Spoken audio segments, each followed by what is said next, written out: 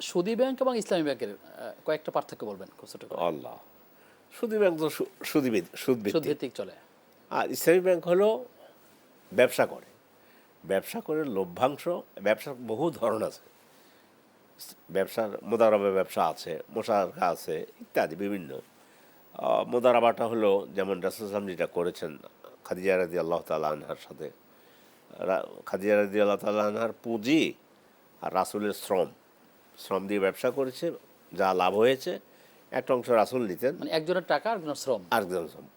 তো এইভাবে ইসলামী ব্যাংক এটাই করে থাকে। এখন অনেকে না বুঝে মনে যে করে আমানতদারের আমানত এবং তাদের কৌশল বা পলিসি পলিসি। বা তাদের বিনিয়োগ। এখন অনেকে মনে করে যে ইসলামী ব্যাংক লাভ দিল, সোনালী ব্যাংক লাভ দিল, তো দুইটাই তো নো। সোনালী ব্যাংক বলতেছে আমি আপনাকে সুদ দিচ্ছি, আর এখানে পার্থক্য আছে। ইসলামী ব্যাংক বলতেছে আপনার টাকা, আপনি আমাকে টাকা দিয়েছেন, আপনার টাকা দিয়ে আমি ব্যবসা করেছি, ব্যবসা করে এত পার্সেন্ট লাভ হয়েছে, সেই লাভের এত পার্সেন্ট আপনাকে দিলাম।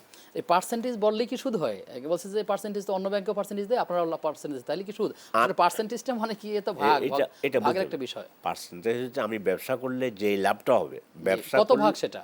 হ্যাঁ, সেটা 10 হইতে পারে, 12 হইতে পারে। এই জন্য তাদের একটা হিসাব, সর্বশেষ একটা থাকে তাদের হাতে। তারা তো ফিক্সড করছেন না। না, ওইটা করে না। আর এরা বলতেছে আমি যা করি আপনার টাকা দিয়ে, আপনি আমাকে 5,000 টাকা দিয়েছেন, আমি আপনাকে 2 মাস পরে 5,000 টাকায় 5,010 টাকা বেশি দেব। সুদ, সুদ জি এবং কঠিন ব্যাপার। সুদের ন্যূনতম শাস্তি সম্পর্কে জি, আল্লাহ আমরা সেদিকে যাব না, বলছেন। আমরা শুধুমাত্র পার্থক্যটা নিব। আচ্ছা, জি। ঠিক আছে, জি। তো এটা একটা বিষয়। আর হলো সুদী ব্যাংক যেগুলো আছে সেগুলো তো আপনার কেউ কেউ বলছেন যে তারা ইসলামী ব্যাংক একেবারে সুদমুক্ত নয়, তবে যদি টাকা না রেখে কেউ যদি চলতে পারে সেটা তো অবশ্যই ভালো। তবে যদি উপায় না থাকে সেক্ষেত্রে তো অবশ্যই এখানে কথা আছে। জি জি ইসলামী ব্যাংক তারা করেই সুদবিহীন, কিন্তু কিছু কিছু জায়গা আছে বাংলাদেশে ব্যাংকের ইয়েতে তো আছে ইসলামী ব্যাংক। জি সমস্ত ব্যাংক, বাংলাদেশের যতটা ব্যাংক আছে প্রত্যেকটা বাংলাদেশ ব্যাংকের ব্যাংক অধীন। বাংলাদেশ ব্যাংকের অধীন। বাংলাদেশ ব্যাংকের সাথে যে রিলেশন, সেখানে কেউ গিয়ে কেউ বলার চেষ্টা করছেন বাংলাদেশ ব্যাংক যেহেতু সুদ ভিত্তিক তার মানে এটাও সুদ ভিত্তিক।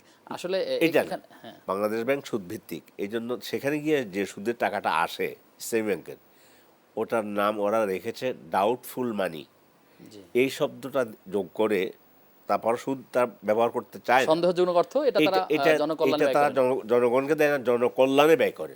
যেমন ইসলামী ব্যাংক হাসপাতাল জি এই ধরনের টাকায় চলে।